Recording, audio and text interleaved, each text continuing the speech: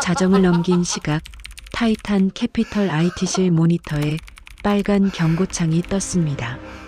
5천억 원이 실시간으로 해외 계좌로 빠져나가고 있었어요. 누군가의 손이 급하게 키보드를 두드렸습니다. 7분 38초 후 모든 것이 멈췄어요. 복도에서는 직원들이 웅성거렸죠. 대체 누가 막은 거야?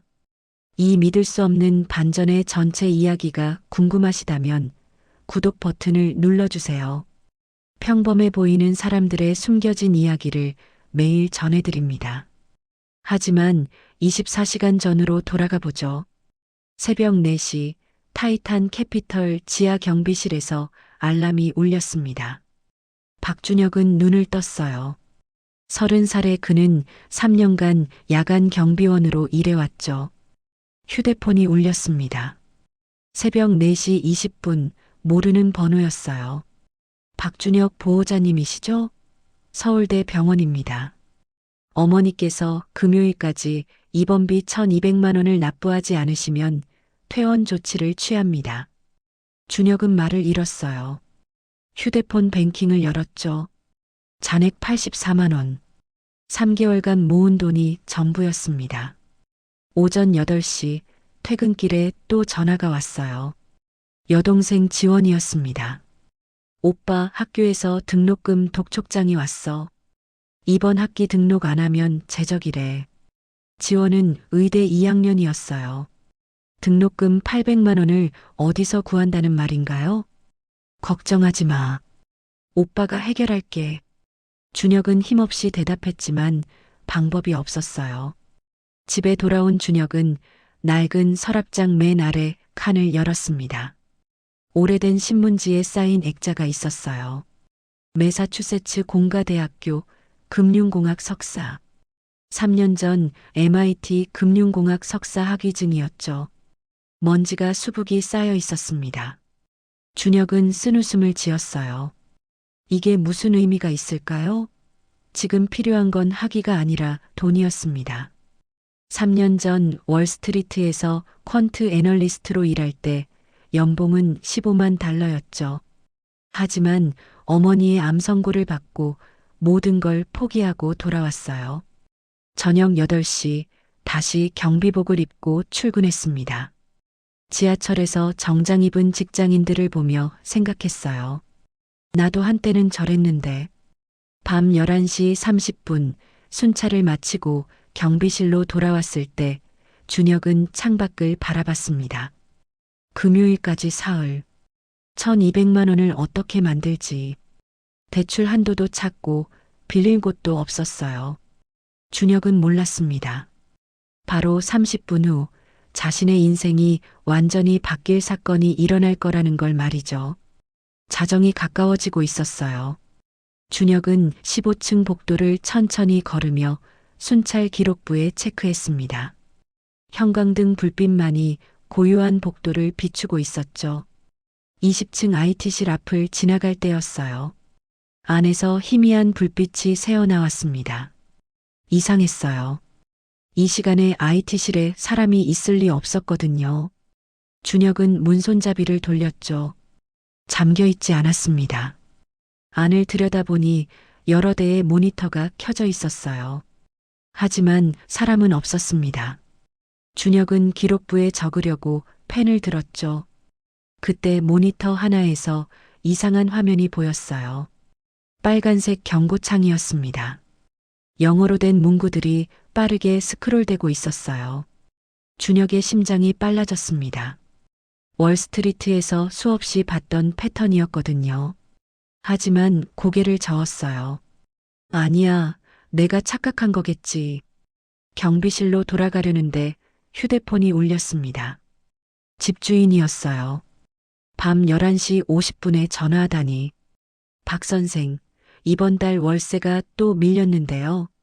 내일까지 60만 원 입금 안 되면 계약 해지합니다. 전화가 끊어졌어요. 준혁은 벽에 기대섰습니다. 병원비 1,200만 원, 등록금 800만 원, 월세 60만 원. 머릿속이 하얘졌어요. 경비실로 돌아왔을 때 동료 김 과장이 컵라면을 먹고 있었어요. 준혁아, 너도 먹을래? 여기 하나 더 있어. 괜찮습니다.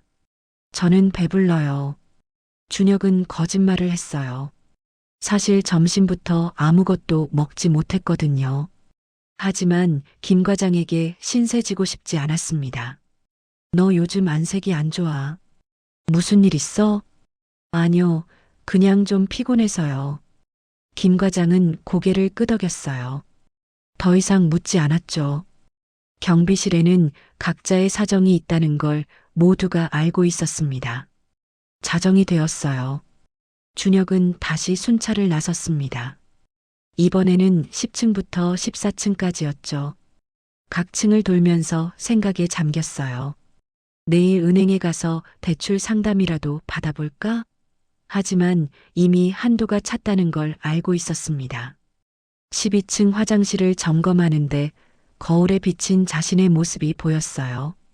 초췌한 얼굴, 깊어진 눈가의 주름. 3년 사이에 많이 늙었다는 생각이 들었죠. 자정 10분, 20층으로 다시 올라갔습니다.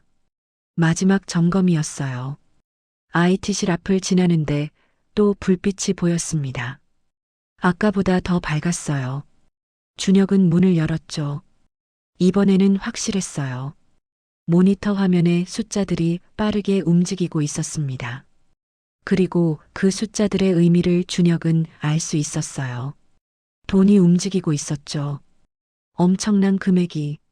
준혁의 손이 떨렸습니다. 이건 보고해야 할까? 아니면 그냥 지나가야 할까? 준혁은 IT실 안으로 들어갔어요. 모니터 화면을 자세히 들여다봤습니다. 순간 숨이 멎었어요. 5천억 원이 실시간으로 해외 계좌로 빠져나가고 있었거든요. 코드 패턴을 보니 확실했어요. 이건 외부 해킹이 아니었습니다. 내부에서 시작된 거였죠. 준혁의 머릿속이 빠르게 돌아갔어요. 3년간 봉인했던 지식들이 깨어나고 있었습니다. 어떡하지? 보고해야 하나? 하지만 망설여졌어요. 경비원이 이런 걸 안다고 하면 믿어줄까? 오히려 의심받는 건 아닐까? 그때 화면에 새로운 경고창이 떴습니다. 10분 후면 자금 이체가 완료된다는 메시지였어요. 준혁은 더 이상 망설일 수 없었죠. 급히 회사 임원 명단을 검색했습니다. 최민재 부사장, 긴급 연락처가 있었어요. 떨리는 손으로 전화를 걸었습니다. 신호음이 길게 울렸죠. 누구야, 자정에? 술에 취한 듯한 목소리가 들렸어요. 부사장님.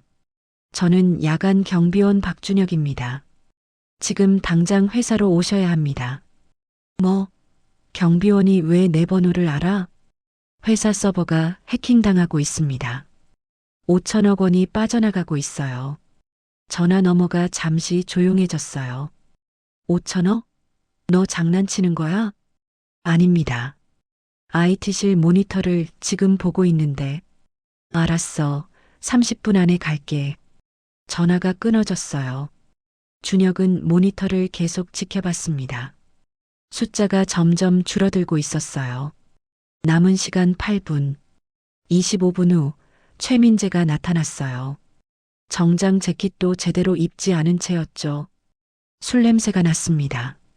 어디 뭐가 문제라는 거야? 최민재는 준혁을 위아래로 훑어봤어요. 경비복을 입은 30살 남자. 믿음이 가지 않는 표정이었죠. 여기요. 이 화면을 보시면. 준혁이 모니터를 가리켰어요.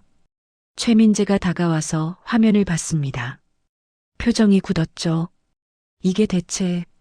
지금 5천억 원이 K맨 제도 계좌로 빠져나가고 있습니다. 남은 시간 4분입니다. 최민재의 얼굴이 창백해졌어요. 하지만 곧 준혁을 돌아봤습니다. 너 이거 어떻게 아는 거야? 경비원이 금융 코드를 알아? 그게. 준혁이 말을 더듬었어요. 혹시 내가 해킹한 거 아니야? 최민재의 목소리가 차가워졌어요. 준혁의 가슴이 철렁 내려앉았죠. 아닙니다. 제가 발견한 겁니다. 경비원 따위가 해킹을 안다고? 최민재가 비웃었어요. 하지만 시간은 계속 흐르고 있었습니다. 남은 시간 2분 30초. 좋아, 그럼 내가 막아봐. 최민재가 비웃으며 말했어요. 주변에 모여든 직원 몇 명도 어이없다는 표정이었죠. 만약 정말 막으면 월급을 10배로 올려주지. 최민재의 말에 직원들이 웃었어요. 하지만 준혁은 더 이상 망설이지 않았습니다. 의자를 당겨 앉아 키보드에 손을 올렸죠. 남은 시간 1분 50초.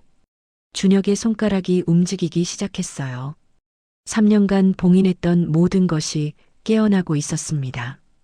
월스트리트에서 수없이 분석했던 해킹 패턴들, MIT에서 배운 암호화 알고리즘들, 화면에 코드가 빠르게 입력됐어요. 최민재가 놀란 눈으로 지켜봤습니다. 저게 뭐야? 대체 무슨 코드를? 주변 직원들도 수군거렸어요. 경비원이 저런 걸 할 줄 안다니. 준혁은 집중했어요. 해킹의 출발점을 역추적하고 있었죠. 1분 20초. 찾았습니다. 내부 서버 32번에서 시작됐어요. 50초. 준혁의 이마에 땀이 맺혔습니다. 손가락이 더 빨라졌죠. 차단 코드를 입력하고 방화벽을 재설정했어요. 30초. 화면에 새로운 경고창이 떴습니다. 보안 프로토콜 활성화. 준혁은 마지막 명령어를 쳤어요. 10초. 모든 직원들이 숨을 죽이고 지켜봤습니다. 5, 4, 3, 2, 1. 화면이 멈췄어요. 빨간 경고창이 사라졌습니다. 대신 녹색 메시지가 떴죠. 자금 이체 차단 완료. 5천억 원이 다시 회사 계좌로 돌아왔어요. 7분 38초였습니다. 준혁은 의자에서 일어났어요. 다리가 후들거렸죠. 회의실은 완전히 조용했습니다. 이게 어떻게... 최민재가 말을 잃었어요. 방금 무슨 일이 일어난 건지 믿을 수 없었죠. 해킹을 막았습니다. 하지만 더 큰 문제가 있어요. 준혁이 조용히 말했어요. 무슨 문제? 이건 외부 해킹이 아닙니다. 내부 서버에서 시작됐어요. 최민재의 얼굴이 굳었습니다. 주변 직원들이 웅성거리기 시작했죠. 너 대체 누구야? 어떻게 이런 걸 할 줄 아는 거야? 최민재가 준혁을 빤히 쳐다봤어요. 3년간 투명인간처럼 지나쳤던 경비원. 그런데 방금 회사를 구했습니다. 저는 그냥 경비원입니다. 준혁은 고개를 숙였어요. 하지만 최민재의 눈빛이 날카로워졌죠. 내일 아침 9시에 내 사무실로 와. 할 얘기가 있어. 준혁은 고개를 끄덕였습니다. 그리고 IT실을 나왔어요. 복도를 걸으며 자신의 손을 바라봤죠. 아직도 떨리고 있었습니다. 경비실로 돌아왔을 때 김 과장이 놀란 눈으로 봤어요. 준혁아, 위층에서 무슨 일 있었대? 다들 난리야. 별일 아닙니다. 준혁은 작게 웃었어요. 하지만 마음속으로는 알고 있었죠. 3년간 숨겨왔던 자신이 드러나기 시작했다는 걸. 다음 날 아침 9시 준혁은 최민재의 사무실 앞에 서 있었어요. 여전히 경비복을 입고 있었죠. 문을 두드렸습니다. 들어와. 최민재는 책상에 앉아 서류를 보고 있었어요. 준혁이 들어서자 날카로운 눈빛으로 쳐다봤죠. 앉아. 준혁은 소파에 앉았습니다. 가죽 소파가 낯설었어요. 3년간 경비실 플라스틱 의자에만 앉아 있었거든요. 박준혁? 솔직하게 말해봐. 너 대체 누구야? 최민재가 직설적으로 물었어요. 경비원입니다. 거짓말하지 마. 어젯밤 내가 한 건 경비원이 할 수 있는 게 아니야. 준혁은 잠시 망설였어요. 하지만 더 이상 숨길 수 없다는 걸 알았죠. 매사추세츠 공가대학교 금융공학 석사 졸업했습니다. 월스트리트에서 퀀트 애널리스트로 일했고요. 최민재의 눈이 커졌어요. MIT? 월스트리트? 그런 사람이 왜 경비원을? 가족 때문이었습니다. 어머니가 아프셔서. 최민재는 잠시 준혁을 바라봤어요. 그러고는 책상 서랍에서 서류를 꺼냈죠. 오늘부터 특별보안팀장이야. 월급은 1,000만 원. 어때? 준혁의 심장이 뛰기 시작했어요. 1,000만 원. 병원비를 낼 수 있는 금액이었죠. 감사합니다. 그리고 이거. 최민재가 책상 위에 정장 한 벌을 놓았어요. 경비복은 이제 벗어. 17층에 사무실 배정해 줄게. 준혁은 떨리는 손으로 정장을 받았습니다. 3년 만이었어요. 1시간 후 준혁은 경비실에 마지막으로 들렀어요. 낡은 로커를 열고 개인 물건들을 챙겼죠. 김 과장이 다가왔습니다. 준혁아, 승진했다며? 축하해. 감사합니다. 그동안 신세 많이 졌습니다. 준혁은 깊게 인사했어요. 김 과장은 어깨를 두드렸죠. 잘됐다. 내 실력이면 당연한 거야. 경비복을 벗고 정장으로 갈아입었어요. 거울 속 자신이 낯설었습니다. 3년 만에 보는 모습이었죠. 엘리베이터를 타고 17층으로 올라갔어요. 지하 1층에서 17층까지. 숫자만 18층 차이였지만 완전히 다른 세계였습니다. 창가에 배정된 사무실은 작았지만 깨끗했어요. 책상 위에는 명패가 놓여 있었습니다. 특별보안팀장 박준혁. 준혁은 창밖을 바라봤어요. 서울 전경이 한눈에 들어왔죠. 3년 만에 보는 햇빛이었습니다. 그날 저녁 집에 돌아온 준혁은 어머니에게 전화했어요. 엄마, 병원비 걱정 마. 이번 주에 입금할게. 정말? 어떻게? 회사에서 승진했어. 월급이 올랐어. 어머니의 목소리에 안도가 섞였어요. 우리 아들 고생 많았구나. 하지만 준혁은 알고 있었어요. 이게 끝이 아니라는 걸. 최민재의 눈빛에서 뭔가 불안한 기운이 느껴졌거든요.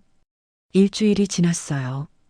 준혁은 특별보안팀장으로서 회사 보안 시스템을 점검하고 있었습니다. 그날 밤 10시 대부분의 직원들이 퇴근한 후였어요. 해킹 경로를 역추적하던 중 이상한 파일을 발견했어요. 내부 서버 32번. 해킹이 시작된 바로 그곳이었죠. 준혁은 파일을 열어봤습니다. K맨 제도 계좌네요. 준혁의 손이 멈췄어요. 화면을 스크롤하자 숫자들이 나타났습니다. 3년간 총 2천억 원이 빠져나갔더군요. 매달 5천만 원씩 규칙적으로. 더 충격적인 건 그 다음이었어요. 폴더 안에 또 다른 파일이 있었죠. 이메일 사본이었습니다. 발신자는 최민재, 수신자는 알 수 없는 해외 번호. 강 회장 문제, 처리 완료. 2021년 3월 15일. 준혁의 혈액이 차갑게 식었어요. 2021년 3월 15일. 그날은 전 회장 강서윤의 아버지가 교통사고로 사망한 날이었습니다. 사고가 아니었어. 준혁은 중얼거렸어요. 손이 떨렸죠. 이건 단순한 횡령이 아니었습니다. 살인까지 연루된 사건이었어요. USB의 파일을 복사하려는 순간 뒤에서 목소리가 들렸어요. 야근 중이신가요? 준혁은 깜짝 놀라 돌아봤어요. 강서윤 이사가 서 있었습니다. 38세의 그녀는 회사에서 유일하게 최민재에게 맞서는 인물이었죠. 네, 보안 점검 중입니다. 준혁은 재빨리 화면을 껐어요.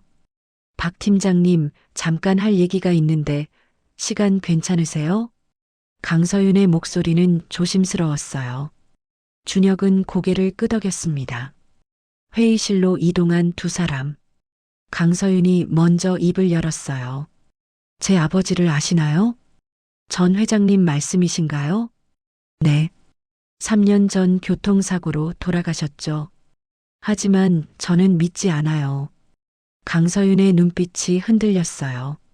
왜 그렇게 생각하시나요? 아버지가 돌아가시기 일주일 전 저한테 말씀하셨어요. 회사에 큰 문제를 발견했다고, 누군가 자금을 빼돌리고 있다고. 준혁의 심장이 빨라졌습니다. 그런데 그 일주일 후 사고가 났어요. 너무 우연 아닌가요? 혹시 증거는? 증거가 없어요. 그래서 박 팀장님께 부탁드리고 싶어요. 강서윤이 준혁을 똑바로 쳐다봤어요. 함께 진실을 찾아주세요. 당신이라면 할 수 있을 것 같아요. 준혁은 잠시 망설였어요. 이건 위험한 일이었죠. 하지만 방금 본 파일이 떠올랐습니다. 알겠습니다. 도와드리겠습니다. 둘이 헤어진 후 준혁은 사무실로 돌아왔어요. USB를 확인했죠. 파일이 제대로 복사됐습니다. 하지만 준혁은 몰랐어요. 복도 끝 감시 카메라가 모든 걸 지켜보고 있었다는 걸. 그리고 그 영상을 최민재가 보고 있었다는 걸 말이죠. 다음 날 아침 준혁이 출근하려는데 사원증이 작동하지 않았어요. 경비원이 다가왔습니다. 박 팀장님, 출입이 정지됐습니다. 뭐라고요? 준혁의 가슴이 철렁 내려앉았어요. 로비에서 최민재가 나타났죠. 박준혁 씨, 어젯밤 회사 기밀을 불법으로 열람했더군요. CCTV에 다 찍혔어요. 저는 보안 점검을 횡령 혐의로 고소할 겁니다. 경찰 조사받으러 오늘 오후에 출석하시죠. 최민재가 차갑게 웃으며 지나갔어요. 준혁은 그 자리에 얼어붙었습니다. 오후 2시 병원에서 전화가 왔어요. 박준혁 보호자님, 어머니께서 오늘 저녁 6시까지 퇴원하셔야 합니다. 입원비 미납으로 더 이상 치료가 불가능합니다. 잠깐만요. 이번 주 금요일까지 시간을 주신다고 회사 측에서 보호자의 의료보험 해지 통보가 왔습니다. 어쩔 수 없네요. 전화가 끊어졌어요. 준혁의 손이 떨렸죠. 오후 3시 여동생이 울면서 전화했습니다. 오빠 학교에서 재적 통보가 왔어. 오빠 회사에서 장학금 지원 취소했대. 나 이제 어떡해? 준혁은 말을 할 수 없었어요. 오후 4시 집주인에게 문자가 왔어요. 월세 3개월 밀렸으니 내일까지 나가라는 내용이었습니다. 오후 5시 경찰서 출두 통보를 받았어요. 횡령 혐의 조사를 위해 내일 오전 출석하라는 거였죠. 2시간 만에 모든 게 무너졌어요. 저녁 6시 준혁은 병원 앞에 서 있었습니다. 어머니가 휠체어에 앉아 나왔어요. 준혁아, 괜찮아. 집에서 쉬면 돼. 어머니는 웃으려 애썼지만 얼굴이 창백했어요. 그날 밤 비가 내리기 시작했어요. 준혁은 쫓겨난 집 앞에 서 있었습니다. 손에는 경비복과 MIT 졸업장만 들려 있었죠. 짐은 길거리에 나뒹굴고 있었어요. 휴대폰을 확인했어요. 잔액 84만 원. 3년간 모은 게 그대로였습니다. 일주일 동안 받은 월급은 횡령 혐의로 동결됐어요. 빗물이 얼굴을 타고 흘러내렸어요. 준혁은 무릎을 꿇었습니다. 끝났어. MIT 졸업장이 빗물에 젖어갔어요. 글자들이 번져서 흐려졌죠. 3년간 지켜온 모든 것, 일주일 만에 되찾았던 모든 것이 사라졌습니다. 지나가는 사람들이 쳐다봤지만 아무도 멈추지 않았어요. 준혁은 그저 거기 무릎 꿇은 채로 있었죠. 모든 게 끝났다고 생각했습니다. 하지만 준혁은 몰랐어요. 바로 그 순간 강서윤이 차를 몰고 오고 있었다는 걸 말이죠. 차가 멈췄어요. 강서윤이 내렸습니다. 박 팀장님, 일어나세요. 강서윤이 우산을 씌워줬어요. 준혁은 고개를 들었죠. 포기하면 끝이에요. 하지만 함께 싸우면 이길 수 있어요. 어떻게요? 저는 이미 모든 걸 잃었는데. 이틀만 믿어보세요. 제게 계획이 있어요. 이틀 후 긴급 이사회가 소집됐어요. 최민재는 여유로운 표정이었죠. 이사 5명과 주요 주주 3명이 모였습니다. 회의실 문이 열렸어요. 정장을 입은 준혁이 들어섰습니다. 강서윤이 빌려준 옷이었죠. 뭐야, 횡령범 주제에 여기 왜 왔어? 최민재가 비웃었어요. 이사님들, 제가 횡령범이 아니라는 증거를 보여드리겠습니다. 그리고 진짜 범인이 누군지도요. 준혁이 프로젝터를 켰어요. 첫 화면에 K맨 제도 계좌가 나타났습니다. 최민재 부사장이 3년간 2천억 원을 빼돌렸습니다. 최민재의 얼굴이 굳었어요. 두 번째 화면엔 이메일이 나타났죠. 그리고 강 회장님을 살해했습니다. 강 회장 문제 처리 완료. 2021년 3월 15일. 이사들이 술렁거렸어요. 강서윤의 눈에서 눈물이 흘렀습니다. 거짓말이야. 조작된 증거야. 최민재가 소리쳤어요. 그럼 이것도 조작인가요? 준혁이 마지막 화면을 띄웠어요.